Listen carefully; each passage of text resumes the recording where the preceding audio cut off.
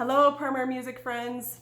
A new year is upon us. We're all busy planning and preparing for a great new year in primary. And I have an idea.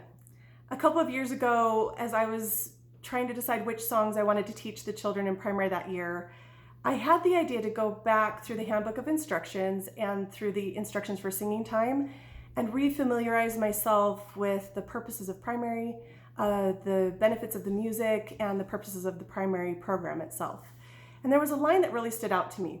In the instructions for singing time, it says, "The presentation should allow the children to present what they and their families have learned about the gospel of Jesus Christ at home and in primary, including the primary songs they have sung during the year." It really impressed upon me that if the purpose of our primary program is to allow the children to share their personal testimonies about what they've learned, why couldn't I let them have more say about the music that they learned in primary that year? So I worked with my primary president and my pianist, and together we decided to let the children help pick 6 months of the music. And the way that I did that is I worked with the presidency and my pianist to narrow down all of those 6 months to 2 songs, 2 choices. So for one of the first singing times in January, I brought my list of songs and I put the paper strips up on the board, 2 choices per month. And I told the children my idea that it was their primary program, that they were going to be able to bear their testimony through song, and that I wanted their help choosing how they wanted to bear their testimonies. So we started with January, and I told them the 2 song choices. And with my pianist, we had predetermined what part of the song we wanted to sing because it was too much to sing all 12 songs in one singing time.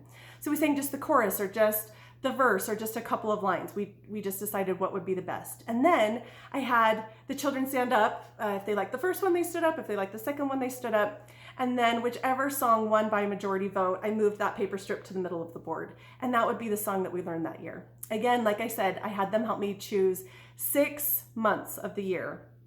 And then the other months, I had some songs that I felt pretty strongly about teaching and having the children learn that year. But the cool thing was that as we learned those songs over the year, I would remind them, remember, this is the song that you guys chose that you wanted to sing this year for the primary program. And that gave them a lot of investment into the song. And then at the end of the year, when we presented our primary program, it was really neat to see how their influence on choosing those songs really affected the way that they sang them. It felt like they were bearing their personal testimonies more through those songs that they had chosen.